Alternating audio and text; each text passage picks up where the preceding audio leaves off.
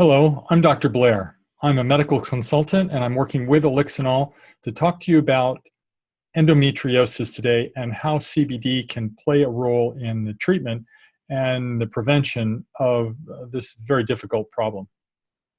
We're going to be going for about 20 minutes and then we'll open it up for questions at that point.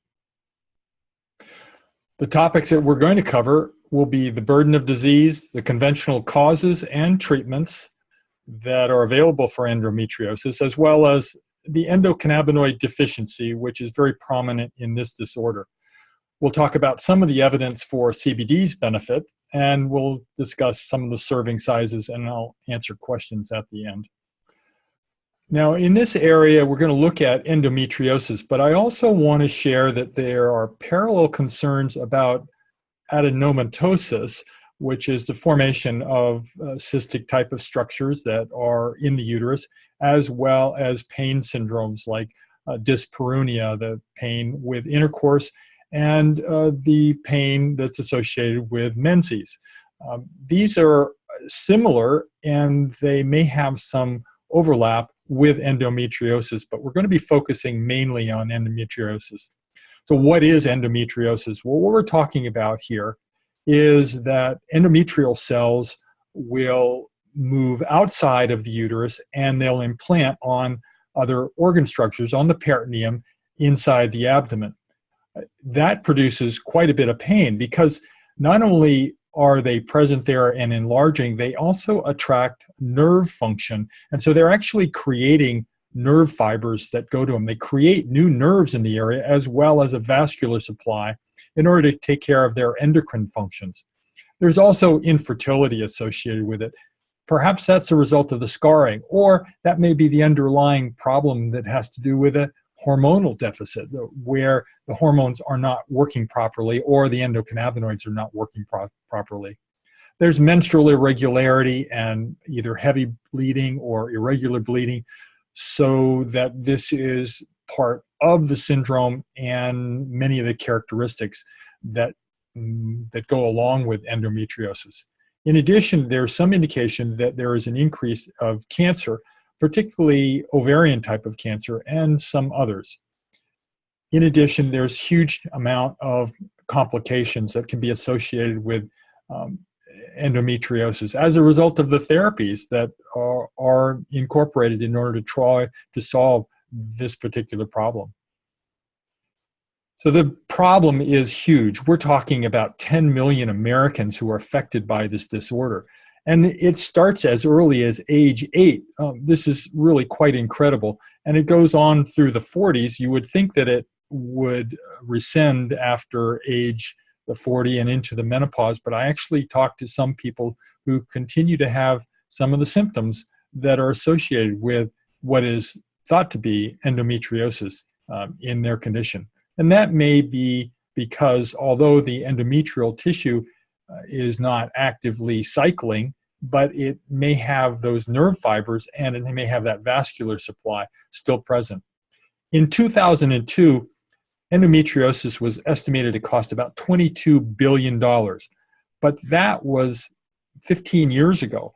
You can imagine that those numbers have doubled and tripled and perhaps even quadrupled because of the number of procedures that are being incorporated to try to rectify this condition and take care of the symptoms.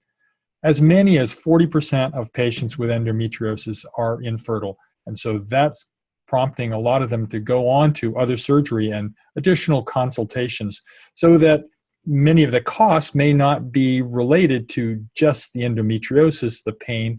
It may be related to getting pregnant as well. In addition, we have to look at the total picture and see that women who are dealing with endometriosis and chronic pain are clearly impaired. They're not going to be able to function nearly as well in the workplace, and they may face chronic disability and be absolutely unable to work. These are huge costs for the society. What causes endometriosis?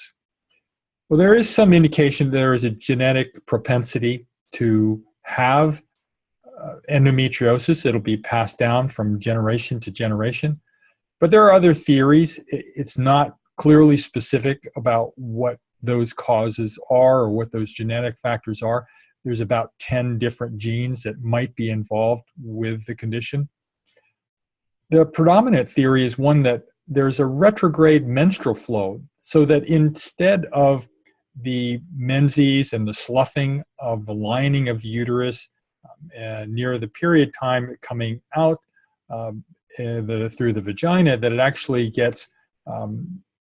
goes up the fallopian tubes and gets deposited into the peritoneal cavity, and where it can be deposited on any of the surrounding structures.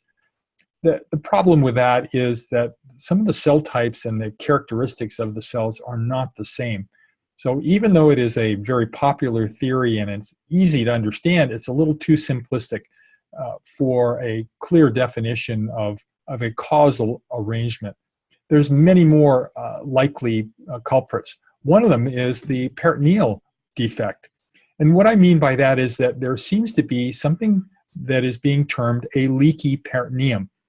And leaky is that it allows for some of the endometrial tissue to attach to it and form bonds and to make and attract the endometrial tissue for that binding. And as a result, it's termed a leaky effect because the tight junctions seem to be not functioning properly. And so this attachment can occur. In addition, there's a thought to be that there is an immune defect, because when these endometrial cells implant on the peritoneum, then there should be a scanning effect by the body, by the immune cells, to identify the tissues are really out of place. But in this case, they are not eliminated. They are allowed to continue, so that there seems to be this immunologic allowance for this condition to continue. If we're looking at some of the pathways disease, so those were the simplistic versions, but I want to focus in on some of the other thoughts and some of the other findings that have been determined for endometriosis. One of the things has to be with the cell migration. So the cells have to come out of the uterus and they've got to get implanted within the peritoneum. And those implantations can be very painful. They can implant on the bowel, on the bladder, on the endometrial, could implant on the fallopian tubes, and that can produce scarring that will cause infertility and a great deal of problems, and even adhesions, which can become very complicated and even result in bowel obstruction at some point in time. But there are other mechanisms that are quite interesting here. One of them is angiogenesis. So just because those cells get implanted on the peritoneum and they're positioned there, that doesn't mean that they're going to be supplied with any special blood supply. But in this case, they actually harness a significant blood supply coming to them. In addition, there's neurogenesis. So these cells actually develop their own neurologic connections, and nerve cells, which are called neurites, actually form and connect to the spinal cord where they're actually mediated. So these particular tissues have their own separate innervation. In addition, we did talk about the leaky peritoneum and how it can attach there, and there's that impairment of the immunologic system that allows those attachments to continue. Furthermore, we're seeing an apoptosis resistance occur.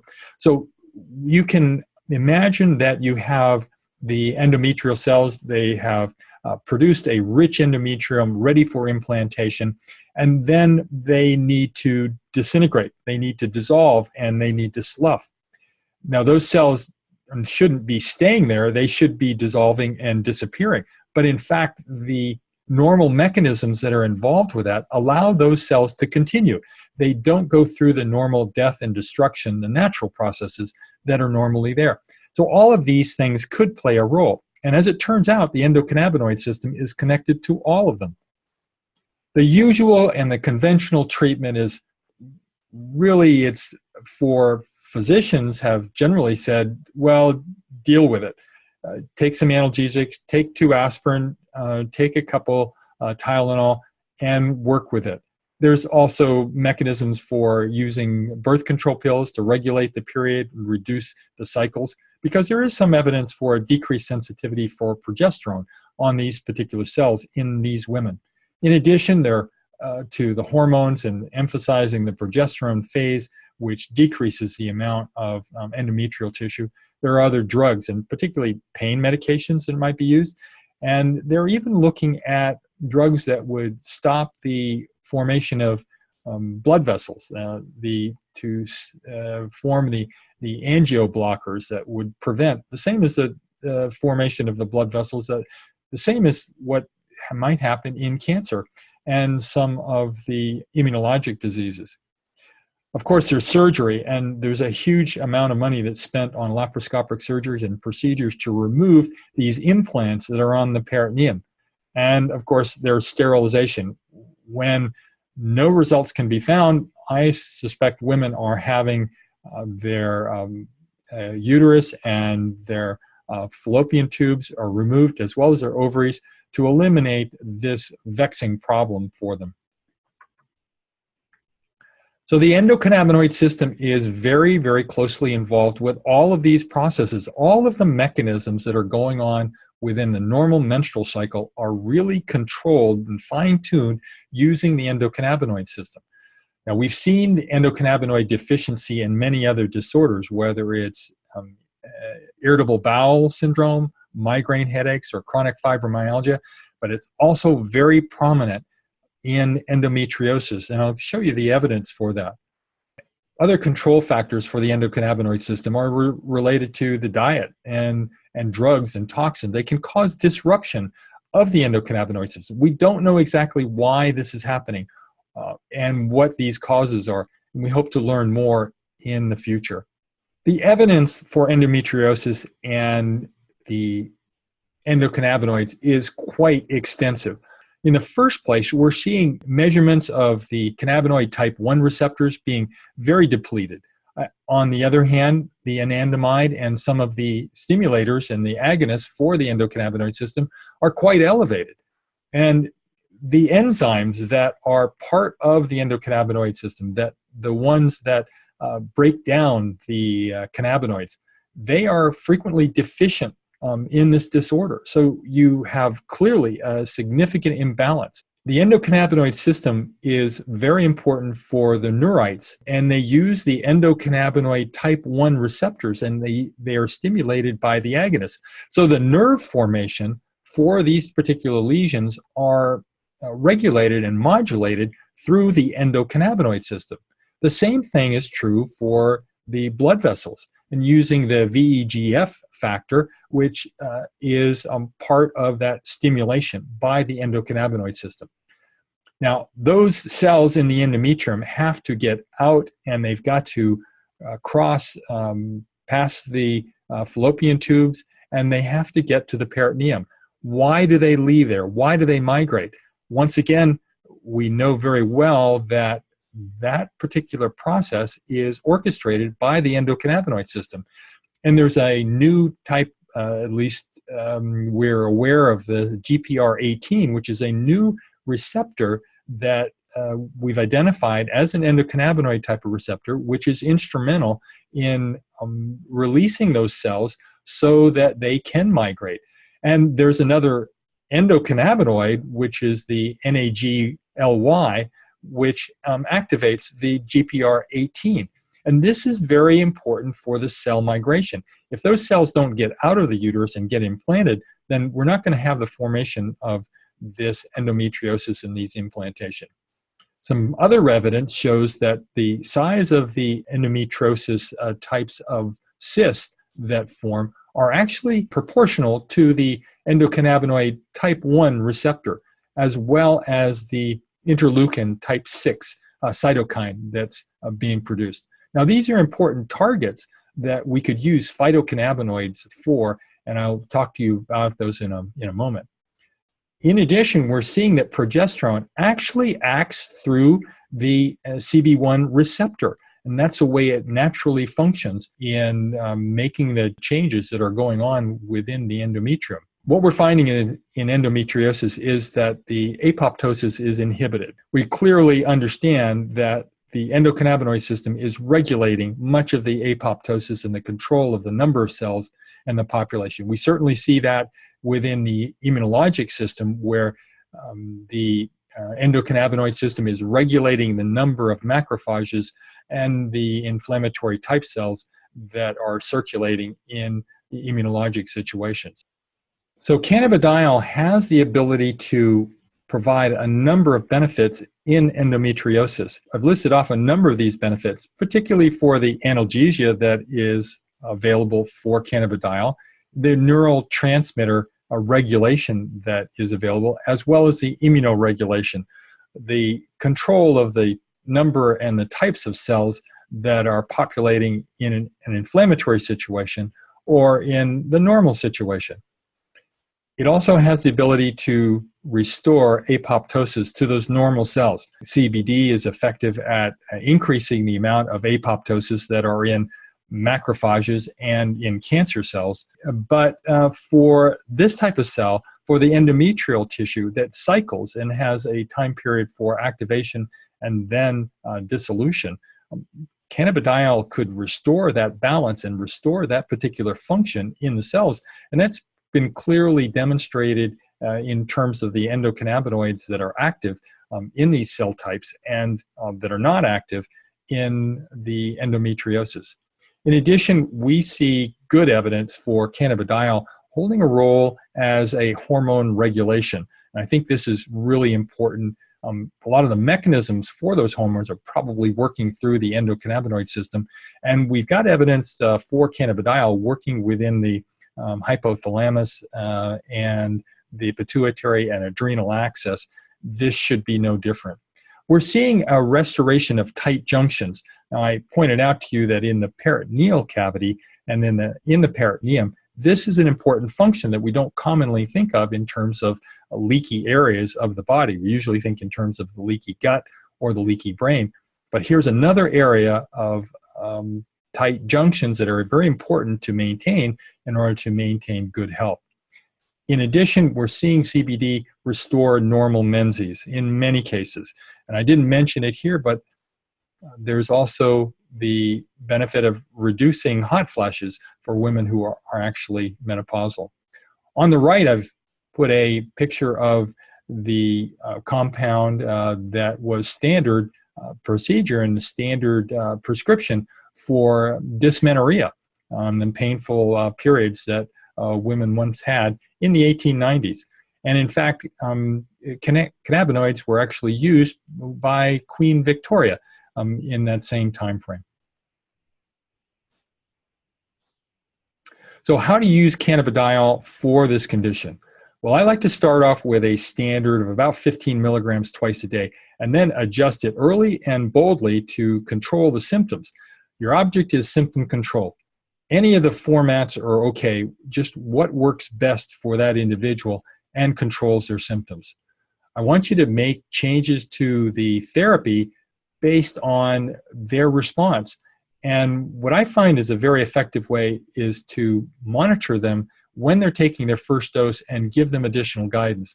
They always have more questions, and you can get a feel for them actually having a good response to the CBD and make adjustments right then and there. The duration of effect is from 6 to 12 hours, so it's good for a twice-a-day dosage. Some people like to use it 3 times a day. If you're looking at the benefits, then the patients see the benefits. They may want to increase the dosage to get the benefits all the time. And if you're looking at analgesia, you might need to maintain a more frequent level in order to control that particular pain. The target dose is probably going to be in the range of 30 to 60 milligrams a day. That's what I see with immunologic type of problems and many of the pain syndromes that we look at. Now, with other medications, you tend to have to increase later on. With CBD, after a month, you are likely to be able to reduce the amount of CBD that you're using because their endocannabinoid system is going to be restored. They're going to be functioning much, much better. And in that process, they will not need as much of the CBD for modulation. So who should be using cannabidiol? You got to look at the symptom unresponsive, those people who are at high risk and have some problems, people with impaired organ function, and those who need really maximal support and protection. Certainly cannabidiol is effective in a broad range of conditions. This is quite interesting in the effectiveness of CBD that could be for all of endometriosis and a number of the pelvic problem issues and women's issues. So to summarize, I want to go over that endometriosis is a huge problem for an enormous number of people in the population. Not all of the people will come forward. The average time is about 6 years before women who have dysmenorrhea or endometriosis type symptoms will come forward to do something about it or seek medical help.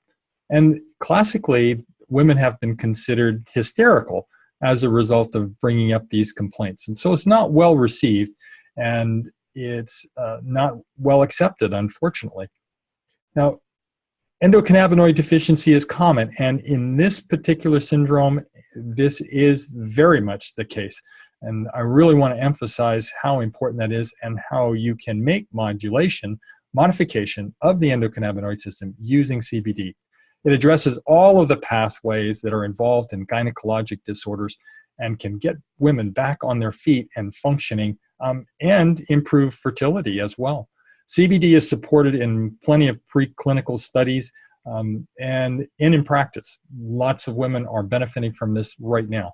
There's no significant adverse effects, no toxicity, and no significant drug interactions. And the dosing is actually quite modest. It doesn't take a large amount in order to get these kinds of results quickly. So that's the end of my talk. All of the references that I've used for this, and I've put them into a folder for you to view and for you to have access to at the slides and references bullet that I have listed there. Delighted to talk to you about this. I'd love to share more of my information with you in upcoming lectures. Thank you very much for watching.